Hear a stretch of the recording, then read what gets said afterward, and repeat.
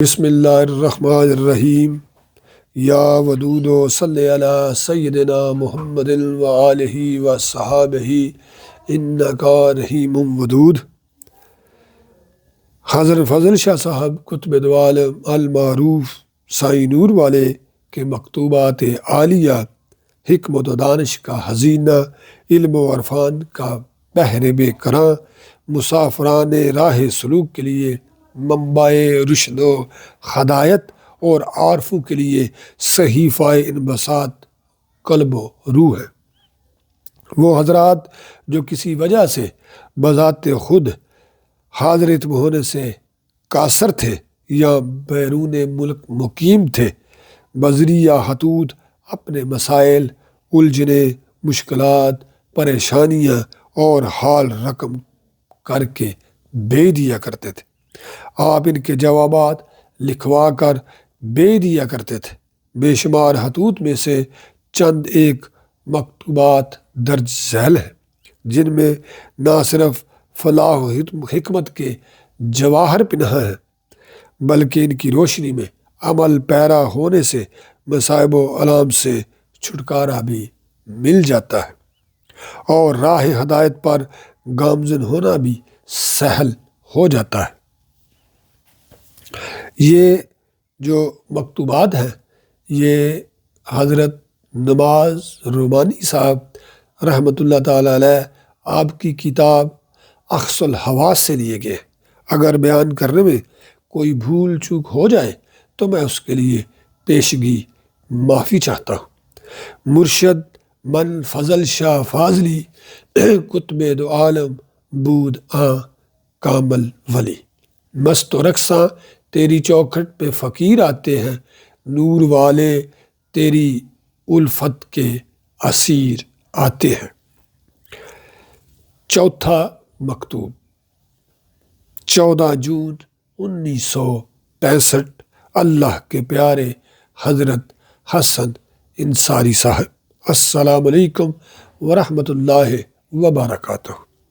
تقدیر کے متعلق بزرگان دین کا ارشاد ہے کہ تقدیر ہر سبب کے ساتھ وابستہ ہے۔ جو صاحب اپنے ذاتی سبب سے گزر جاتا ہے، تقدیر اس کے تابع ہو جاتی ہے، لیکن اس مقام پر دھیان رہے کہ وہ ہر سبب جو وصال الہی کا ذریعہ ہو، وہ سبب کامل اور لطیف ہے، اور ہر وہ سبب جس سے وصال الہی کا حصول ہو دنیا ہے، ناقص ہے اور کثیف ہے۔ اس مقام پر مزید ایک بات خیال میں رہے کہ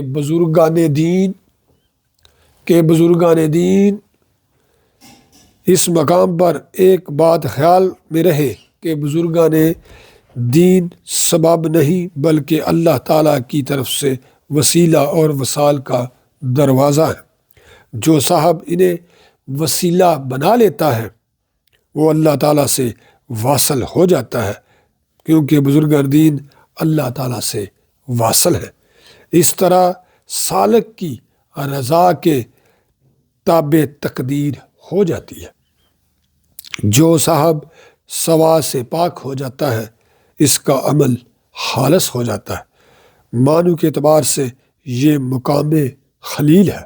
اللہ تعالیٰ نے خلیل ہونے کا ایک مقام رکھا ہے جو قیامت تک جاری و ساری رہے گا۔ مقام وہی رہے گا، نام بدلتے رہیں گے۔ اللہ تعالیٰ اپنے بندوں کی آزمائش نہیں کرتا، انعام دینا مقصود ہوتا ہے۔ انعام لطافت کے ساتھ تعلق رکھتا ہے اور آزمائش کثافت کے ساتھ تعلق رکھتی ہے۔ محرم کوئی نقطہ نہیں رکھتا۔ جس طرح محب اپنا کوئی ذاتی اور صفاتی صورت نہیں رکھتا، محب اگر کوئی ایک صورت بھی محبوب سے رکھے تو نقطہ آ جائے گا، وہی محرم مجرم ہو جائے گا۔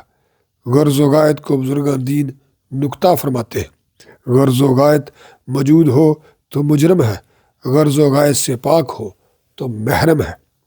مومن کے 9 مقامات ہیں: توبہ، عبادت، حمد اور روزہ، رکوع، سجدہ، امر بالمعروف، نہی عن المنکر اور حدود اللہ کی حفاظت۔ جن میں یہ 9 مقامات ہوں ان کو اللہ تعالیٰ کی طرف سے مومن ہونے کی بشارت عطا ہو جاتی ہے۔ جو اللہ تعالیٰ کے لیے ہجرت کرتا ہے اور خواہشات نفسانی سے بچتا ہے وہ مہاجر ہے، اور جو دنیا کے لیے ہجرت کرتا ہے وہ مہاجر نہیں ہے۔ اگر ہجرت اللہ تعالیٰ کی رضا کے لیے ہو تو ایمان کا جز ہے، اور اگر دنیاوی خواہشات کے تحت ہو تو یہ نفس کا بلاوا ہے۔